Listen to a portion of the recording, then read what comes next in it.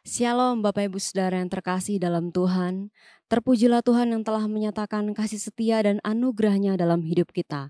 Di kayu salib Kristus telah mati bagi penebusan kita, agar kita yang seharusnya mati karena dosa dapat memperoleh jaminan hidup yang kekal. Mari mempersiapkan diri kita memasuki ibadah Jumat Agung pada hari ini. Kita mengambil waktu teduh sejenak di hadapan Tuhan.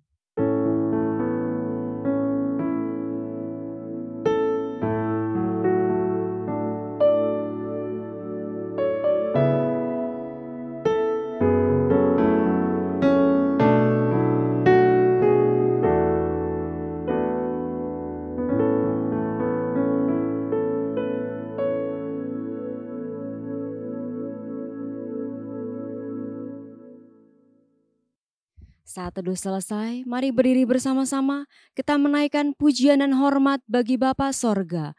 Hormat bagi Bapa Sorga.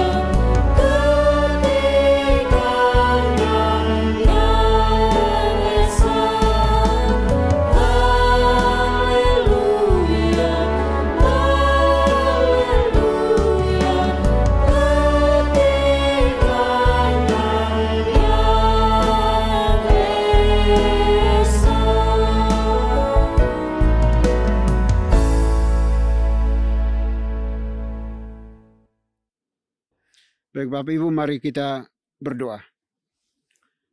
Pertolongan kita di dalam ibadah ini, biarlah jadi di dalam nama Bapa, di dalam nama Putra, dan di dalam nama Roh Kudus.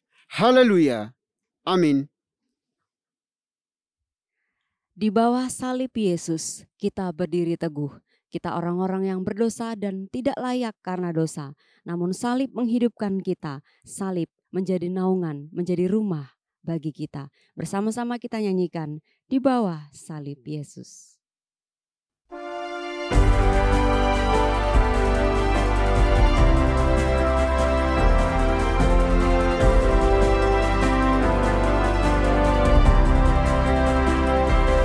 naungan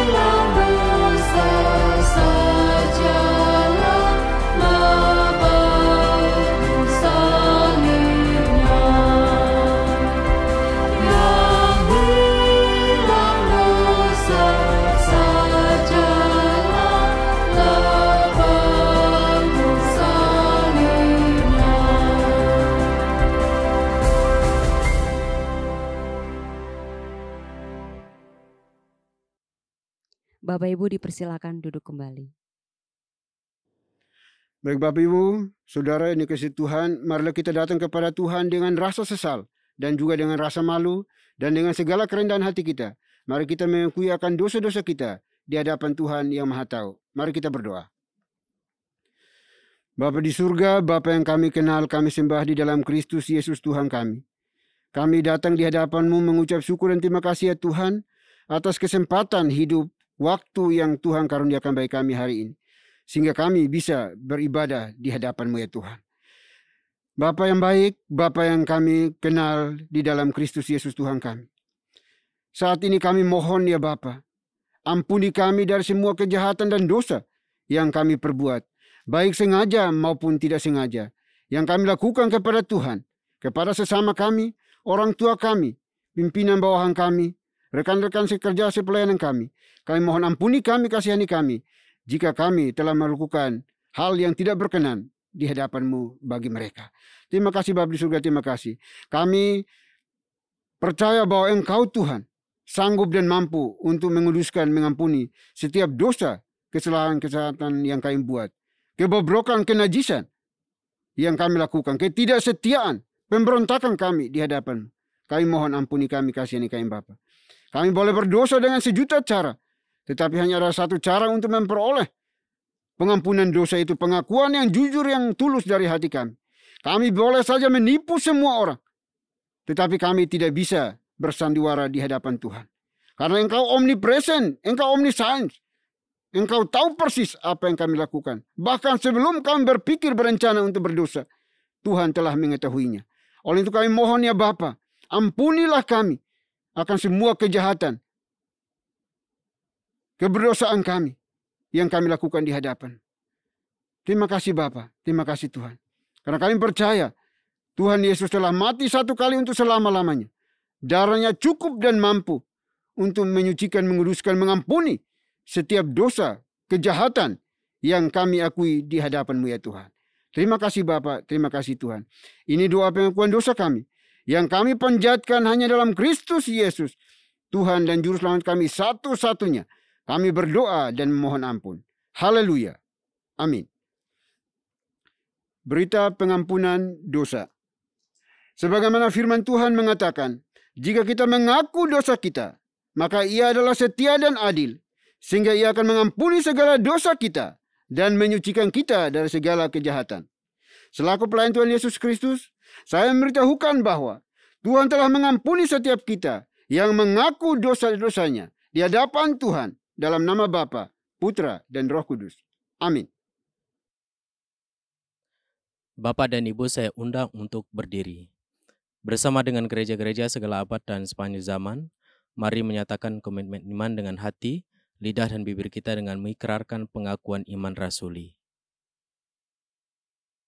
Aku percaya kepada Tuhan, Bapa yang Maha Kuasa, Khalik langit dan bumi, dan kepada Yesus Kristus, Anaknya yang tunggal Tuhan kita, yang dikandung dari Roh Kudus, lahir dari anak darah Maria, yang menderita sengsara di bawah pemerintahan Pontius Pilatus, disalibkan, mati dan dikuburkan, turun ke dalam kerajaan maut.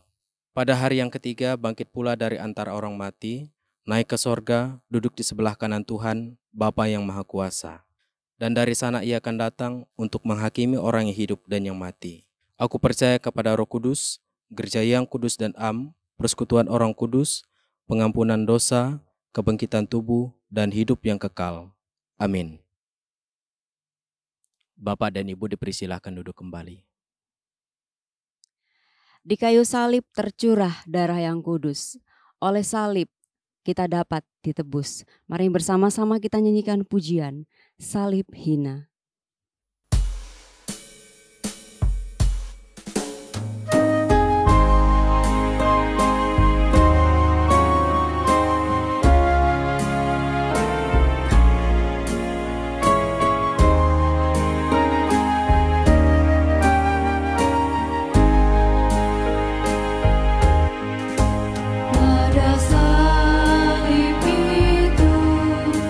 Tergantung Tuhan.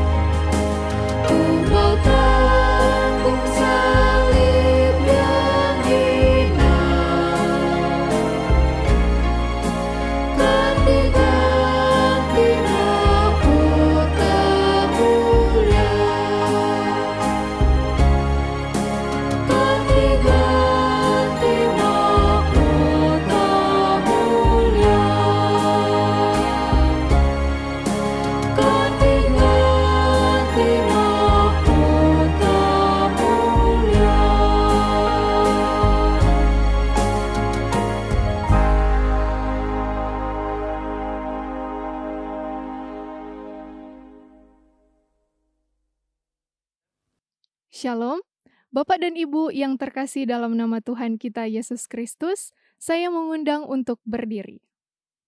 Saya akan membawakan Mazmur Tuhan yang diambil dari nomor 90 ayat 1 sampai dengan 2 dan ayat 11 sampai dengan 12. Doa Musa, abdi Tuhan. Tuhan, Engkaulah tempat perteduhan kami turun-temurun. Sebelum gunung-gunung dilahirkan, dan bumi dan dunia diperanakan, bahkan dari selama-lamanya sampai selama-lamanya Engkaulah Tuhan. Siapakah yang mengenal kekuatan murka-Mu dan takut kepada geram-Mu? Ajarlah kami menghitung hari-hari kami sedemikian, hingga kami beroleh hati yang berhikmat. Demikianlah Mazmur Tuhan, haleluya, amin. Bapak dan Ibu dipersilakan untuk duduk kembali. Bapak Ibu Saudara yang terkasih, tiba saatnya kita akan mendengarkan firman Tuhan. Mari mempersiapkan hati kita bersama-sama nyanyikan pujian Kepala yang Berdarah.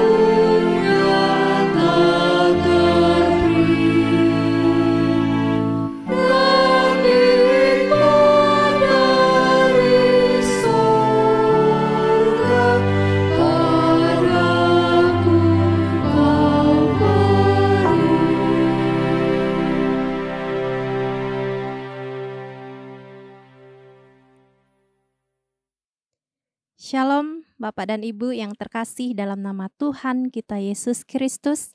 Saya mengundang untuk berdiri. Saya akan membacakan firman Tuhan yang diambil dari Yohanes pasal 19 ayat 29 sampai dengan 30. Di situ ada suatu bekas penuh anggur asam.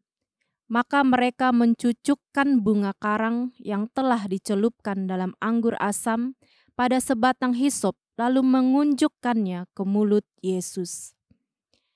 Sesudah Yesus meminum anggur asam itu, berkatalah ia, "Sudah selesai." Lalu ia menundukkan kepalanya dan menyerahkan nyawanya. Demikianlah firman Tuhan. Haleluya. Amin. Bapak dan Ibu dipersilahkan untuk duduk kembali. Shalom Bapak Ibu yang kasih Tuhan. Kita akan mendengarkan firman Tuhan di hari yang luar biasa yang Tuhan sediakan buat kita. Mari kita berdoa. Kiranya Bapa di dalam sorga menolong kami untuk kami dapat mengerti dengan rahmat anugerah-Mu, menyertai pemberitaan firman, sehingga firman itu mengubah kehidupan kami dan selalu menjadi pelita dalam hidup kami. Terima kasih atas anugerah itu dan tetaplah pimpin kami sampai selesainya. Hanya di dalam satu nama Tuhan kami, Yesus Kristus, Tuhan dan Juru Selamat kami berdoa dan mengucapkan syukur, bahkan menyerahkan pemberitaan firman di dalam tangan penyertaan, pimpinan, dan pemeliharaan Tuhan. Amin.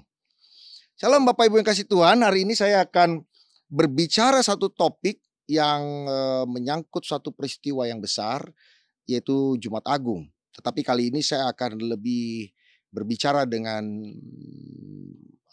cara berkhotbah yang topikal. Walaupun saya akan tetap menyertakan satu nats kitab suci di dalamnya supaya kita punya dasar untuk membicarakan tema yang kita mau sampaikan. Tema yang mau saya sampaikan adalah Jumat yang agung dan sempurna. Bapak Ibu yang kasih Tuhan, berbicara tentang Jumat Agung, semua orang Kristiani pasti mengenalnya. Tetapi memang harus diakui secara praksis atau secara praktis dalam kehidupan umat Tuhan pada umumnya. Memang orang lebih menanti-nantikan. Bukan saya mengatakan orang Kristen membeda-bedakan, tidak. Tapi rasanya mereka lebih berexciting, lebih bergairah ketika berbicara tentang Natal, dengan segala pernak-perniknya, dengan segala kemegahannya, dengan segala berita-beritanya yang luar biasa.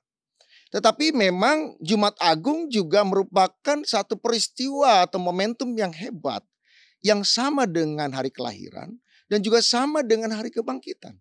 Sebenarnya cerita tentang kelahiran, kematian, dan kebangkitan merupakan satu rangkaian yang utuh yang tidak dapat dipisahkan. Bahwa itulah karya keselamatan yang Tuhan kerjakan di dalam pribadi yang namanya Yesus Kristus. Jadi Jumat Agung tidak boleh direndahkan sedikit pun. Baik di dalam pengakuannya maupun di dalam seremonialnya. Kedua hal ini harus tampak benar-benar cerita tentang Jumat Agung adalah cerita yang agung dan sempurna buat orang Kristen. Kenapa begitu? Karena memang ini satu peristiwa yang menyatu dengan kelahiran, kematian, dan kebangkitan Yesus Kristus. Bahkan nanti juga kenaikan Yesus Kristus tentunya dan juga nanti dengan kehadiran Roh Kudus yang menggantikan Yesus Kristus di dalam penyertaan, di dalam menolong, di dalam membimbing umat Tuhan. Tetapi paling tidak kita harus menempatkan dulu secara teologis di dalam pemahaman kita bahwa Jumat Agung, begitu sakral, begitu besar, begitu mulia. Dan dengar baik-baik, dia juga bukan hanya soal mulia, besar, kemudian agung, tetapi di dalam keagungannya itu ada kesempurnaan. Sesuatu yang sempurna, sesempurna-sempurnanya. Kenapa? Karena cerita tentang kematian Yesus ini adalah rencana Tuhan, adalah kehendak Tuhan yang begitu mulia, begitu agung, dan begitu sempurna. Sehingga kita harus tahu persis bahwa peristiwa Jumat Agung adalah sebuah peristiwa yang agung dan sempurna. Jangan kita rendahkan sedikit pun. Baik di dalam pemahaman teologisnya maupun di dalam pelaksanaan praksisnya. Sehingga umat Kristiani harusnya ketika merayakan hari Jumat Agung mengerti Bukan berarti kita juga mengatakan bahwa hari itu adalah spesial, yang hari yang lain tidak spesial, tidak demikian. Tetapi di hari, di momen di mana Yesus mati, ada sebuah peristiwa yang tidak akan terulang lagi. Ada sebuah peristiwa yang tidak akan muncul kembali. Apa itu?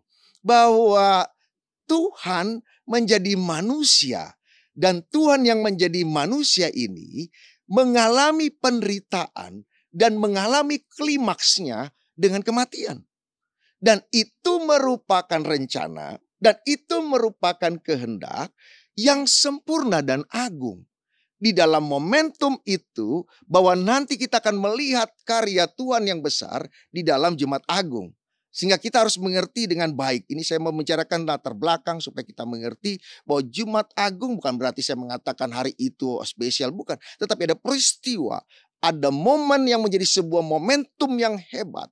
Bahwa tadinya manusia tidak punya pengharapan.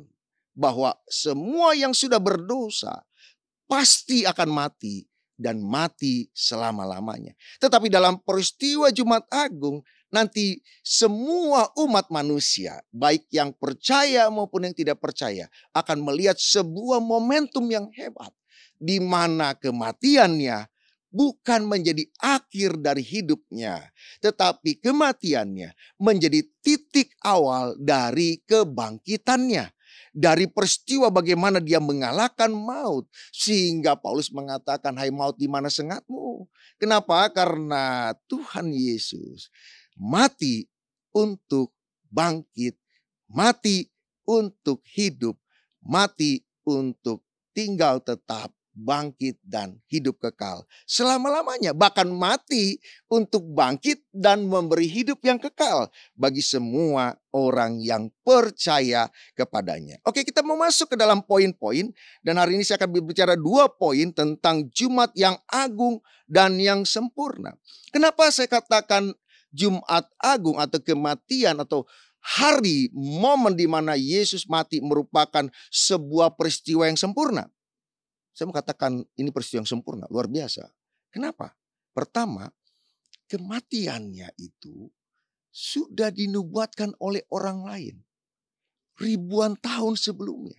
Dengar baik-baik. Yang pertama, kenapa saya katakan sempurna? Karena kematiannya sudah diceritakan, sudah diberitakan ribuan tahun sebelumnya oleh orang lain, dan terjadi atau terrealisasi secara akurat. Presisinya 100%. Tidak ada yang meleset. Banyak sekali cerita tentang nubuatan kematian Tuhan Yesus. Banyak di dalam perjanjian lama. Tetapi kalau kita bicarakan di sini, itu harus menjadi sebuah kajian di dalam pendalaman kitab suci. Nanti kalau kita ada waktu, kita akan di bagian lain, di hari lain kita akan bicara itu secara mendalam. Tetapi saya ambil contoh di dalam kitab suci dari kitab Yesaya 53. Dikatakan ribuan tahun sebelum Yesus mati, dikatakan bahwa Sang Mesias akan dibunuh sebagai kurban bagi umat. Baca nanti Yesaya 53 ayat 5-9. Artinya dia tidak bersalah, tetapi dia harus menanggung itu. Dan kemudian bandingkan dengan 2 Korintus 5 ayat 21. Dan itu terjadi. Tidak ada yang meleset. Coba bayangkan ribuan tahun sebelumnya sudah diprediksi tentang kematian daripada Sang Mesias ini, yaitu Yesus Kristus ini. Ribuan tahun nanti ini salah satu ya, ini banyak sekali nubuatan, nanti saudara bisa membaca nubuatan-nubuatan itu. Ini salah satu saja, bahwa begitu presisinya. Sehingga saya katakan kok sempurna sekali ya. Kayaknya nggak ada makhluk atau manusia lain yang mengalami seperti ini, gitu ya. Kemudian dia dihina, Yesaya 53:3. Wah, luar biasa, jelas dia dihina. Kalau kamu memang raja orang Israel, selamatkan dirimu. Kamu kenapa begitu? Kamu sepertinya lemah, lunglai, bahkan bajunya dikoyak-koyak, kemudian dijadikan undi dan segala macam. Dihina. Kemudian juga dia ditikam dan diremukkan. Nanti baca Yesaya 53 ayat 5. Ditikam, benar, dia ditikam kan sama tombak, keluar air gitu ya. Banyak yang memperdebatkan itu kok air bukan darah gitu ya. Tapi medis belakangan ini di medis modern ini menyatakan bahwa manusia kalau sudah mati, benar-benar mati, maka darahnya berubah bisa seperti air tersebut gitu ya. Karena ada malfungsi di dalam jantung, ginjal dan segala macam. Nanti bisa dibaca di dalam penelitian-penelitiannya. Jadi benar dia ditikam, tombak dan keluar air begitu. Dan diremukkan. Kapan diremukkannya? Kan gitu ya.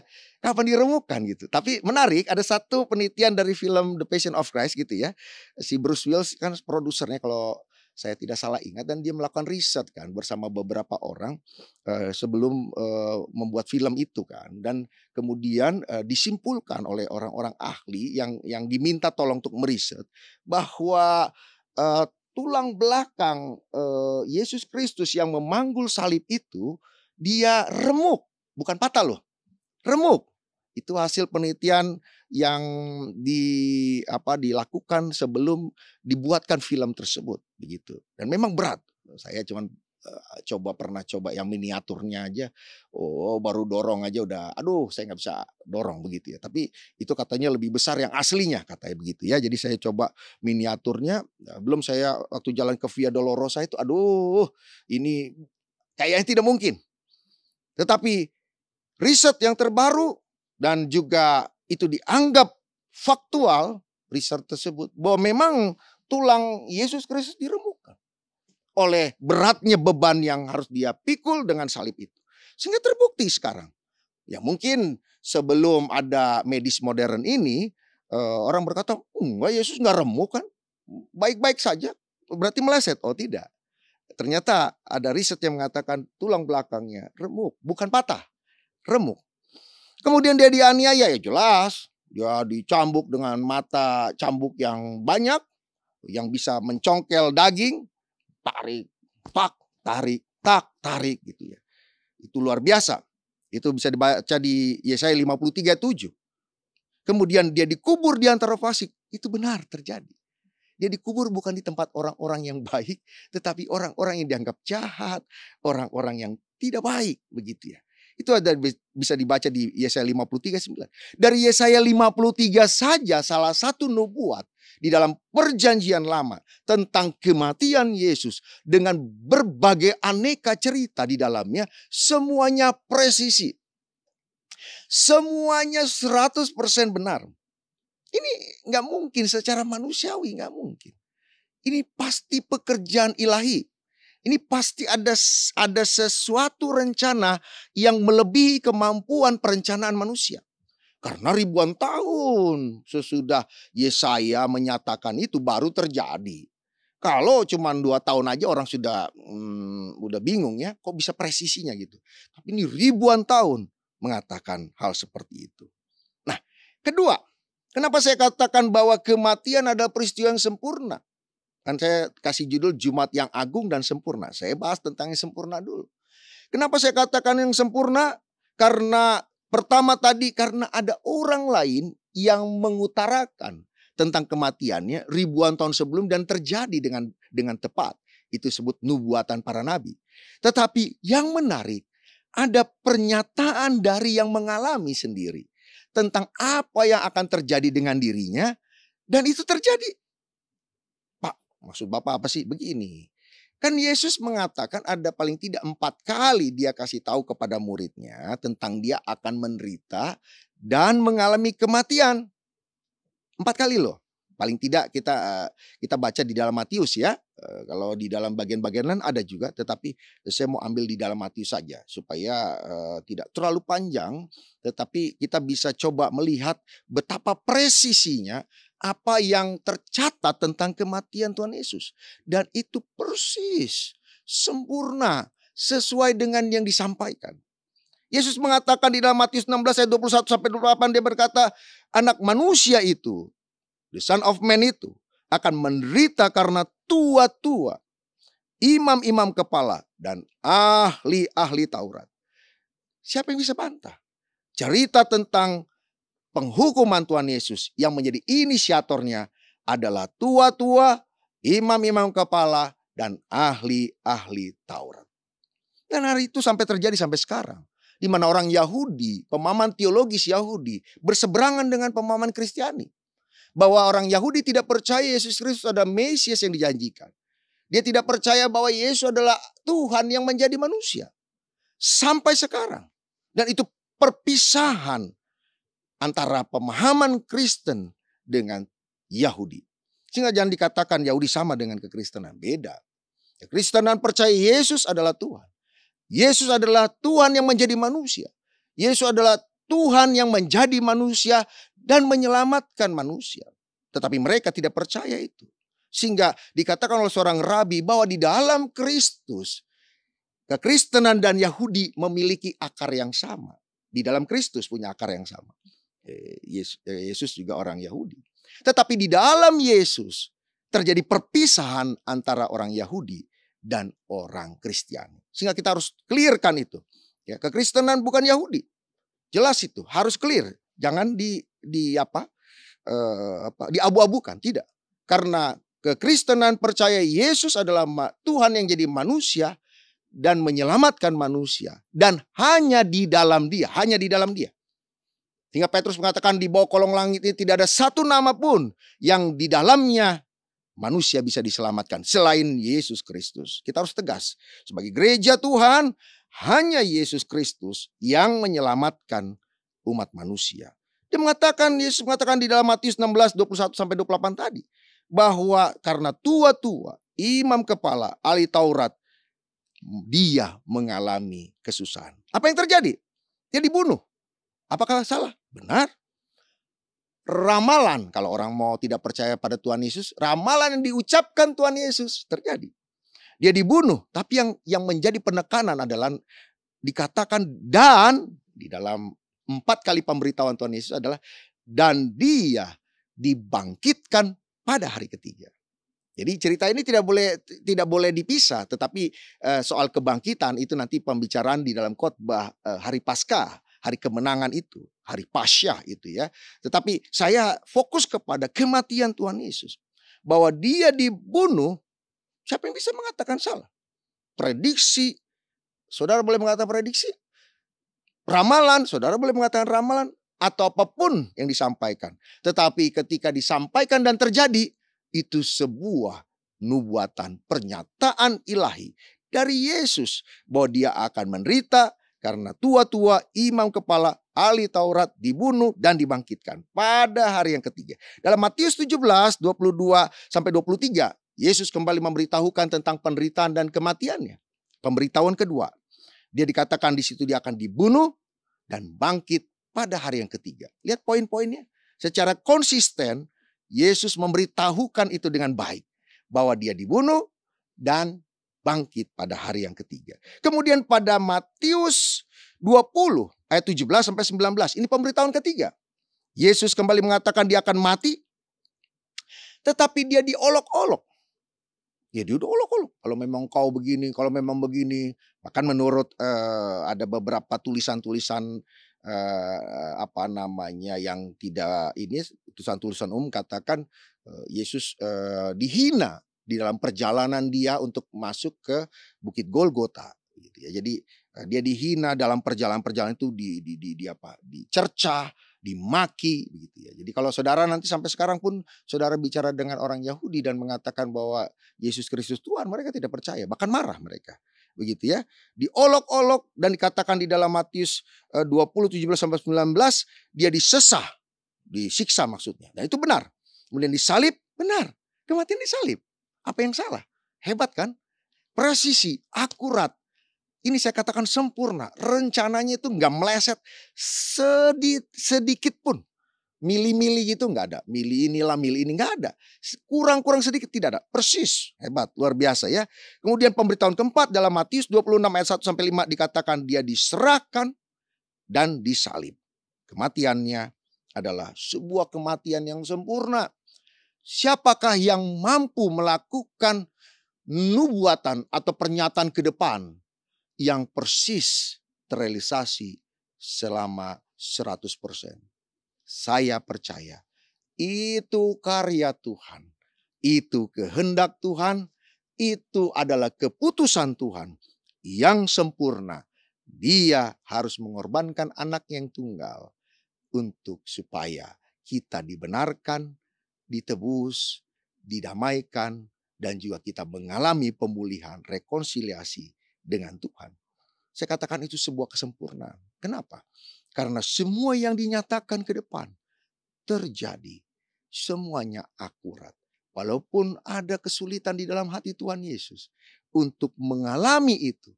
Kalau bisa Tuhan, Bapa di surga, kiranya jauhkanlah cawan ini daripadaku. Tetapi biarlah kehendak-Mu yang jadi. Artinya tetap terjadi. Karena ini sebuah rencana yang sempurna. Sebuah kehendak yang sempurna. Sehingga Jumat Agung punya makna yang begitu hebat. Di mana Tuhan menetapkan, memberikan kehendak yang luar biasa. Semua harus terjadi sesuai yang kugariskan, sesuai dengan yang kutetapkan. Sehingga semua orang akan melihat di dalam Yesus satu-satunya pribadi yang menyelamatkan itu. Kita akan diselamatkan. Karena dia rela mati. Dan nanti pada hari yang ketiga pasti akan dibangkitkan. Kemudian kita bicara lagi, Jumat Agung adalah sebuah peristiwa yang agung. Tadi saya katakan Jumat Agung merupakan peristiwa yang sempurna. Saya katakan semua prediksi tentang kematian dia berjalan mulus. Walaupun ada tantangan, akurat, presisi, sempurna, tidak ada yang meleset. Semuanya pernyataan ke depan itu, baik yang ribuan tahun maupun yang beberapa saat kemudian, atau beberapa bulan kemudian, atau beberapa tahun kemudian yang diutarakan oleh Tuhan Yesus. Tetapi semuanya akurat. Sekarang saya akan bicara yang kedua. Yaitu kematiannya merupakan peristiwa yang agung. Kenapa? Saya mau katakan kepada Bapak Ibu yang kasih Tuhan. Tidak ada peristiwa yang lebih hebat dari peristiwa kematiannya dan kebangkitannya. Walaupun nanti tetap ada dalam satu rangkaian ya. Kelahirannya, kematiannya, kemudian kebangkitannya, dan juga kenaikannya dan turunnya Roh Kudus kepada gereja Tuhan. Tetapi dipercaya oleh semua ahli kitab suci bahwa kematian dan kebangkitan itu merupakan puncak dari seluruh hati Tuhan. Di mana Tuhan menetapkan untuk menyelamatkan umat manusia.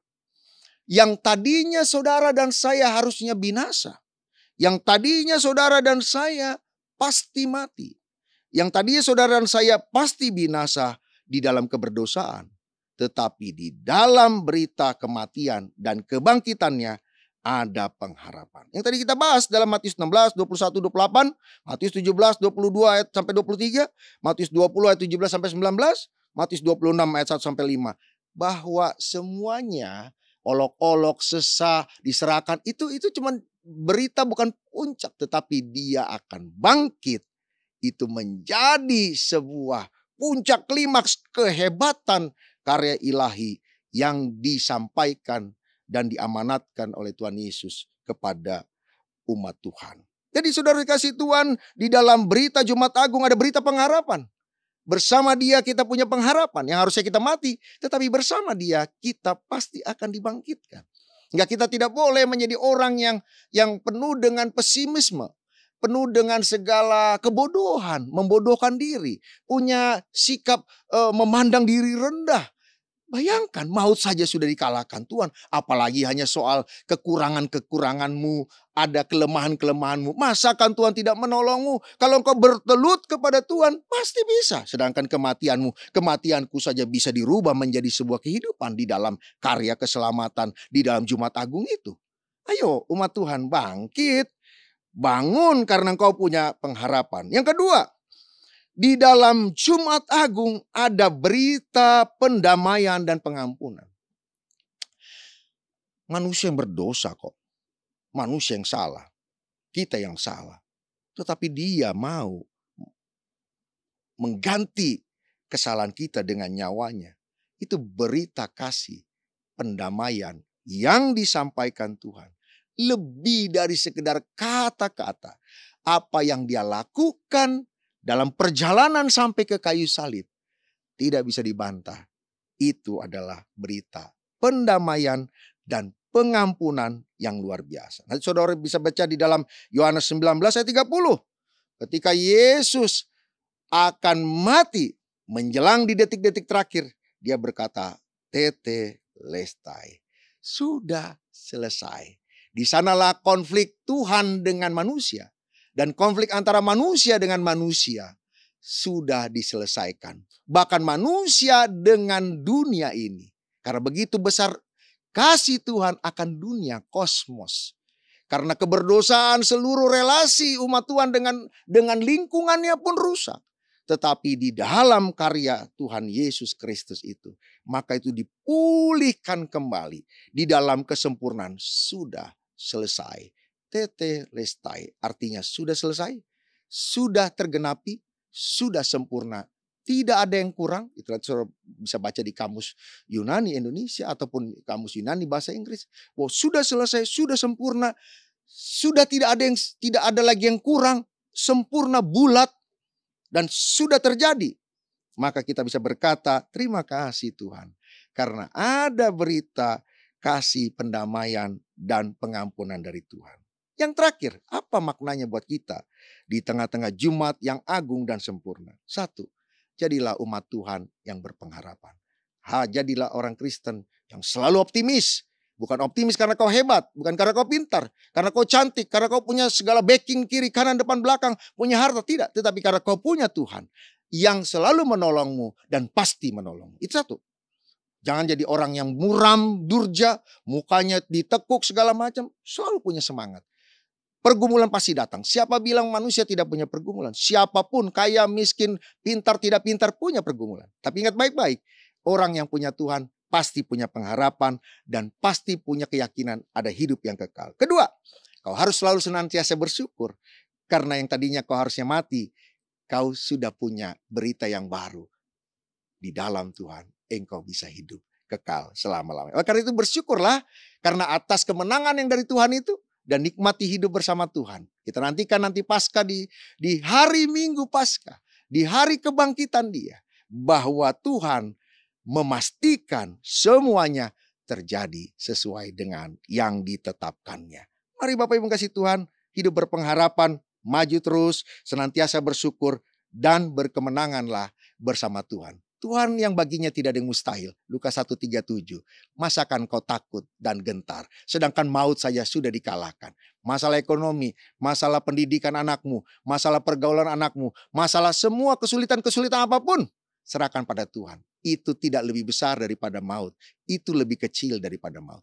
Maut sudah dikalahkan. Yang lebih kecil tidak terlalu sulit. Bahkan sangat mudah buat Tuhan. Yang penting buat kita, percaya, berpengharapan, senantiasa bersyukur, dan melekat pada Tuhan, berkemenangan bersama Tuhan. Jalani hidup ini dan nikmatilah berita anugerah Jumat Agung yang agung dan sempurna. Mari kita berdoa. Bapa di dalam surga, terima kasih buat segala kasih karunia-Mu dalam hidup kami.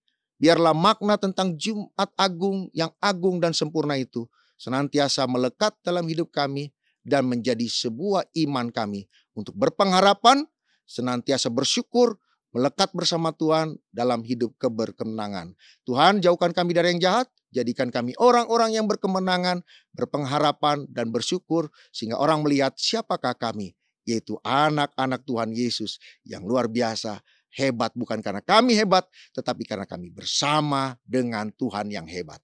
Hanya dalam satu nama, Tuhan Yesus Kristus, Tuhan yang penuh dengan kasih, penuh dengan kuasa, penuh dengan segala kebaikan atas hidup kami. Kami menyerahkan hidup kami selanjutnya ke dalam pertolongan Tuhan. Hanya dalam nama Yesus kami berdoa. Amin.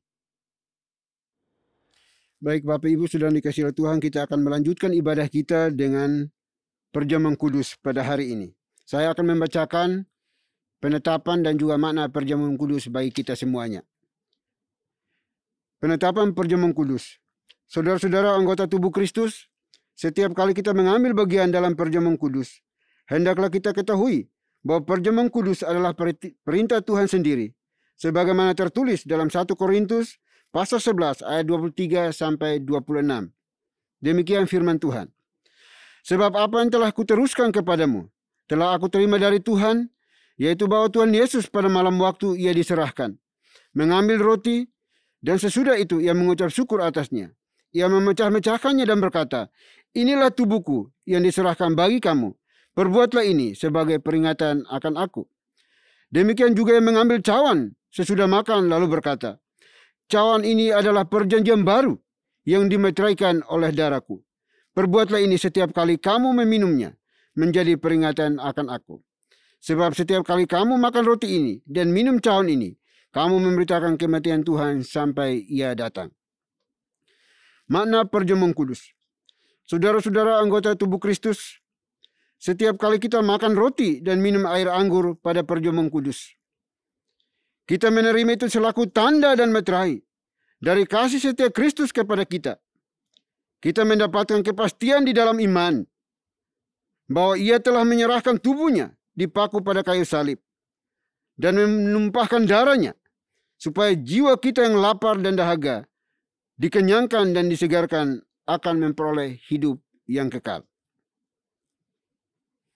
Tuhan Yesus telah mendapat luka-luka oleh sebab kesalahan kita. Ia telah dihancurkan oleh sebab kejahatan kita. Oleh bilur-bilurnya maka kita disembuhkan.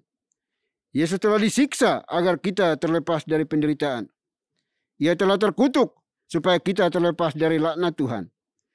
Ia telah direndahkan supaya kita ditinggikan. Dan ia telah ditinggalkan supaya kita tidak pernah ditinggalkan dan memperoleh hidup yang kekal. Baik Bapak Ibu Saudara dikasihi oleh Tuhan, meja perjamuan ada di hadapan kita, tetapi kiranya mata hati kita tidak tertuju kepada roti dan anggur yang ada, melainkan fokuskan kepada Tuhan kita Yesus Kristus. Perjamuan kudus hari ini pun hanya diperuntukkan bagi mereka yang telah mengaku percaya dan telah mengikuti sidi baru yang diperkenankan untuk mengambil bagian di dalam perjamuan kudus hari ini.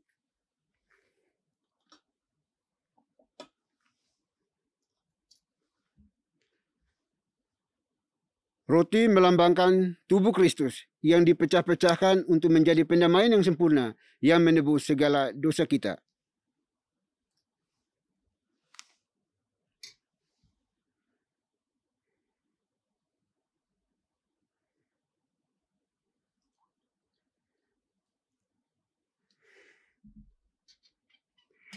Anggur melambangkan darah Tuhan kita Yesus Kristus yang telah ditumpahkannya untuk menjadi pendamaian yang sempurna yang menebus segala dosa kita.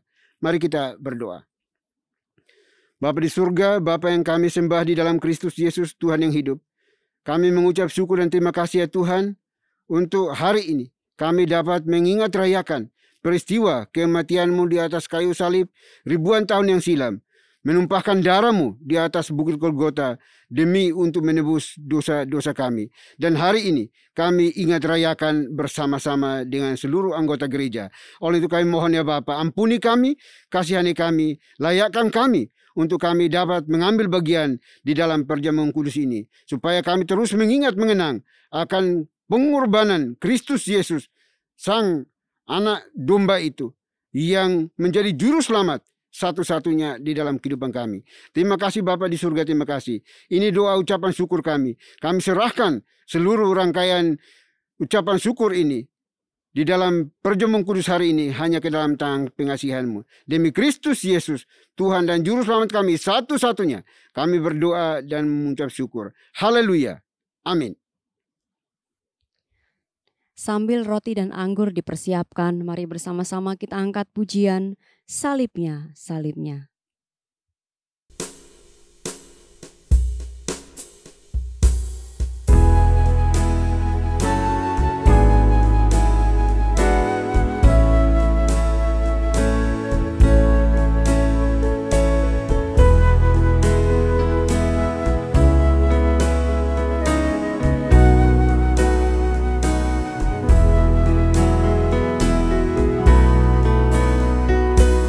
Oh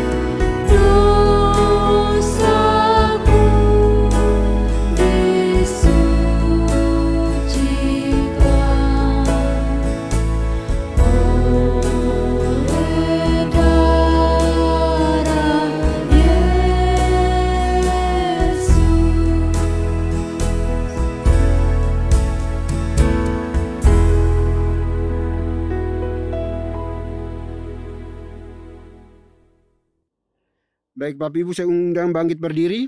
Kita mengangkat tangan kanan kita ke atas kepala kita masing-masing yang sudah memegang roti. Roti yang dipecah-pecahkan ini adalah tanda persekutuan dengan tubuh Kristus.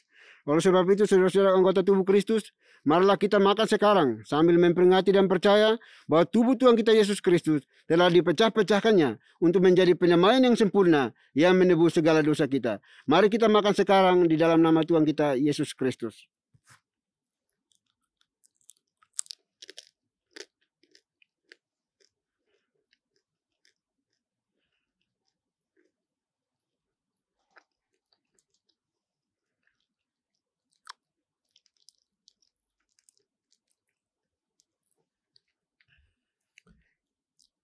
Kemudian kembali kita mengangkat tangan kanan kita ke atas kepala kita masing-masing yang sudah memegang anggur. Cawan minum yang kita pakai untuk mengucap syukur ini adalah tanda persekutuan dengan darah Kristus. Oleh sebab itu, saudara-saudara anggota tubuh Kristus, marilah kita minum sekarang sambil memperingati dan percaya bahwa darah Tuhan kita Yesus Kristus telah dicurahkannya untuk menjadi pendamaian yang sempurna yang menebus segala dosa kita. Mari kita minum sekarang dalam nama Tuhan kita Yesus Kristus.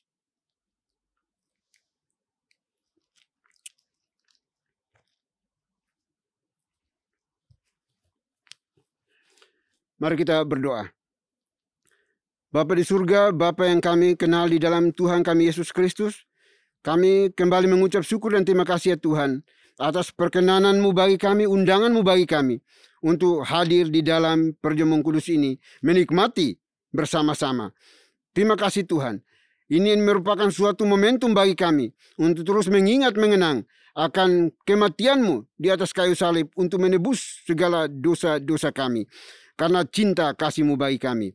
Oleh itu kami percaya bahwa kami telah memperoleh pengampunan dosa yang datang daripada-Mu. Dan kami beriman kepada-Mu bahwa Engkau Tuhan Juru Selamat kami satu-satunya di dalam kehidupan kami hari demi hari. Terima kasih Bapa di surga, terima kasih. Kiranya kami semua yang mengambil bagian di dalam perjamuan kudus hari ini berkenan di hadapan Tuhan, dan Tuhanlah yang akan memberkati kami. Yang sakit Tuhan pulihkan, sembuhkan. Yang berkekurangan Tuhan cukupkan bagi mereka. Yang punya pergumulan beban berat, kiranya Tuhan berikan kelegaan kepada mereka yang berseru kepadamu pada hari ini. Terima kasih Bapa, terima kasih Tuhan. Ini doa ucapan syukur kami yang kami panjatkan hanya dalam Kristus Yesus, Tuhan dan Juru Selamat kami satu-satunya. Kami berdoa dan mengucap syukur. Haleluya. Amin. Bapak Ibu Saudara yang terkasih, tiba saatnya kita akan memberikan persembahan yang terbaik bagi Tuhan. Persembahan dapat diberikan melalui nomor rekening atau QR yang tertera di layar atas nama Yayasan Moriah. Mari bersama-sama kita nyanyikan pujian Karena Salib-Mu.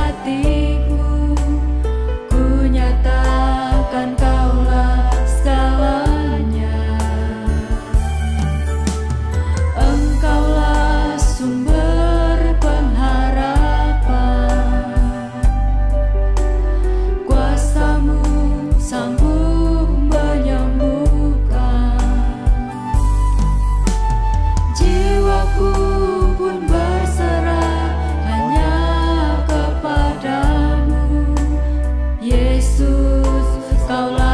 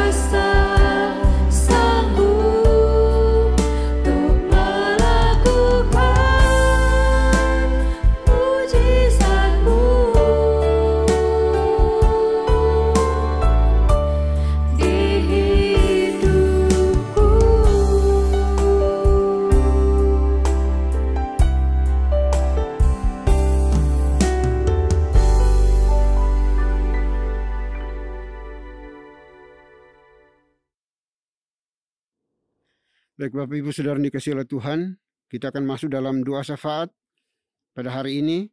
Dan doa syafaat akan diakhiri dengan doa Bapa kami. Bapak Ibu persilahkan bangkit berdiri untuk kita ucapkan secara bersama-sama. Mari kita berdoa.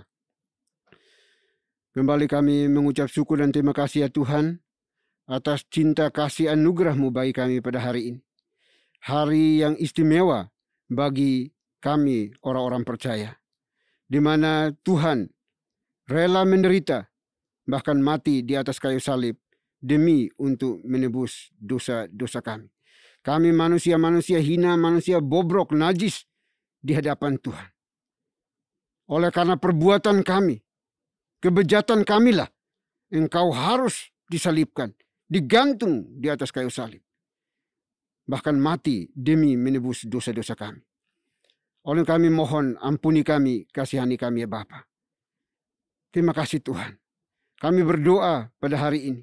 Mengucap syukur dan terima kasih untuk puji-pujian yang sudah kami persembahkan bagimu. Firman Tuhan yang sudah kami dengarkan, yang mengingatkan kami akan cinta kasih-Mu yang begitu besar bagi kami. Kami juga bersyukur berterima kasih kalau Tuhan perkenankan kami untuk masuk di dalam perjamuan kudus pada hari ini. Engkau menjamu kami dengan cinta kasih. Yang terus mengingatkan kami bahwa betapa Tuhan mengasihi kami. Dan karena itulah Engkau rela mengorbankan diri-Mu untuk menggantikan kami orang-orang jahat ini ya Tuhan. Semata-mata karena kasih-Mu bagi kami. Terima kasih Tuhan. Terima kasih Bapa. Sekali lagi kami mohon ampuni kami, kasihani kami ya Tuhan. Sekaligus kami mengucap syukur dan terima kasih atas cinta kasih anugerah kebaikan Tuhan di dalam kehidupan kami. Ketika kami berbuat jahat dan dosa, Engkau berbelas kasihan, memberikan pengampunan sehingga kami masih hidup hingga saat ini di sini ya Bapa.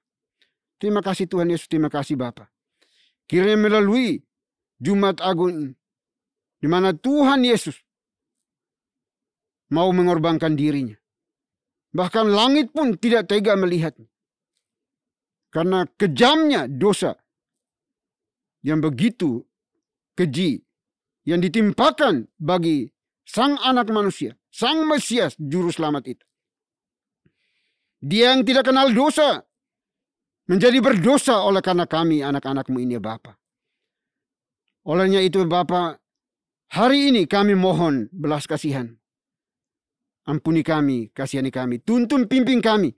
Supaya kami hidup, memanai hidup yang benar di dalam Tuhan. Hidup seturut dengan kehendak Tuhan. Bukan seturut dengan kehendak kami. Bukan mencari kepentingan pribadi kami masing-masing. Tetapi kami mencari kemuliaan, hormat untuk-Mu ya Bapa. Terima kasih Bapa di surga. Kami berdoa pada hari ini ya Tuhan. Kiranya Engkau menopang menolong kami semuanya. Seluruh anggota gereja ini. Biarlah kami terus introspeksi diri kami di hadapan Tuhan. Karena Tuhan rela dan mau mati bagi kami. Bukan orang baik, bukan orang benar. Tetapi kami orang-orang berdosa ini ya Tuhan. Terima kasih Bapa di surga. Kami percaya Tuhan sanggup untuk melawat kami. Memulihkan kami. Sehingga kami hidup berkenan di hadapan Tuhan. Kami sanggup mengangkat kepala kami, mengangkat wajah kami untuk memuliakan nama-Mu karena perkenanan Tuhan bagi kami. Terima kasih Bapa di surga. Kami berdoa hari ini ya Tuhan, kiranya Engkau melawat seluruh anggota gereja dimanapun mereka berada. Ingatkan kami semua ya Tuhan, sebagai keluarga besar gereja ini, untuk terus sujud tunduk di hadapan Tuhan. Mengaku akan semua kelalaian kami, keberdosaan kami, dan mau mengambil komitmen untuk hidup benar di dalam cinta kasih-Mu ya Bapa. Terima kasih Tuhan Yesus. Terima kasih Bapa. Kasih-Mu begitu agung, begitu mulia. Kami begitu rendah, begitu hina. Tetapi Engkau terus pedulikan kami dengan kasih-Mu. Yang rela mengorbankan Putra-Mu yang tunggal, satu-satunya Tuhan kami Yesus Kristus. Terima kasih Bapa di surga. Seluruh majelis gereja, penatua diaken aktivis gereja, seluruh pastor dan guru Injil di berbagai gereja lokal, Tuhan tolong kami semuanya. Supaya ada kesadaran diri kami di hadapan Tuhan. Bahwa kami membutuhkan anugerah-Mu Bapa dalam hidup dan pelayanan ini.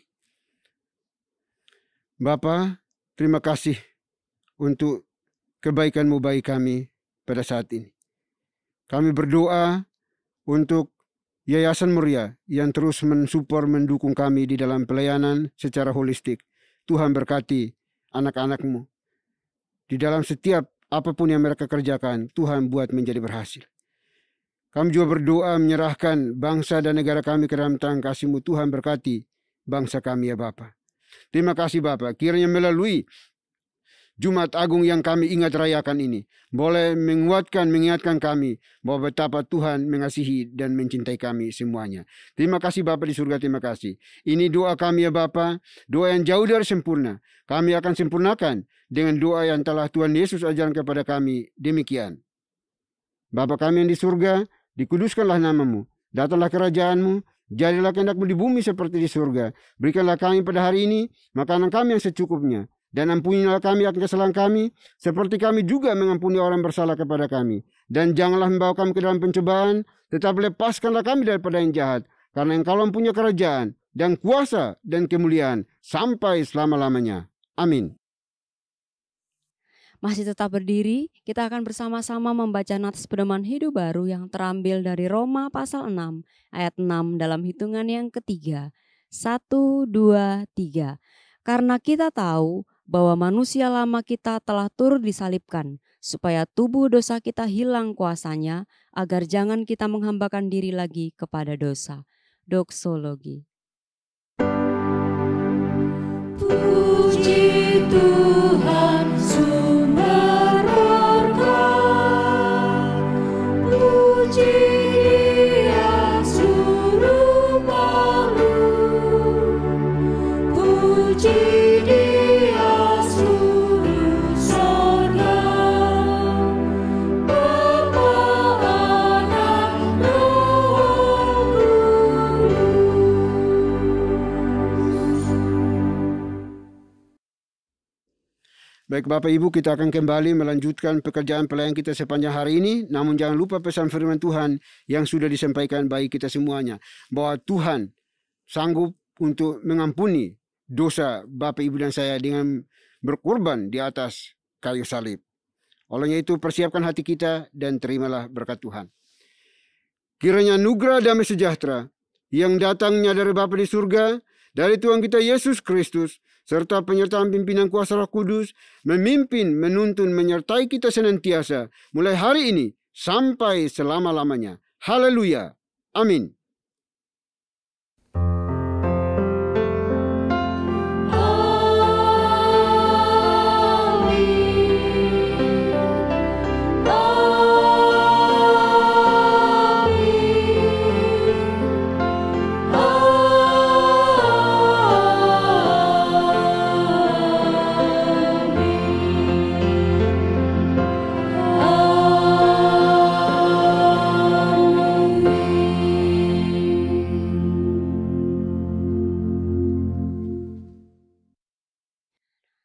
Bapak Ibu Saudara yang terkasih, ibadah pada hari ini telah selesai. Bapak Ibu dipersilakan duduk kembali dan mengambil saat teduh.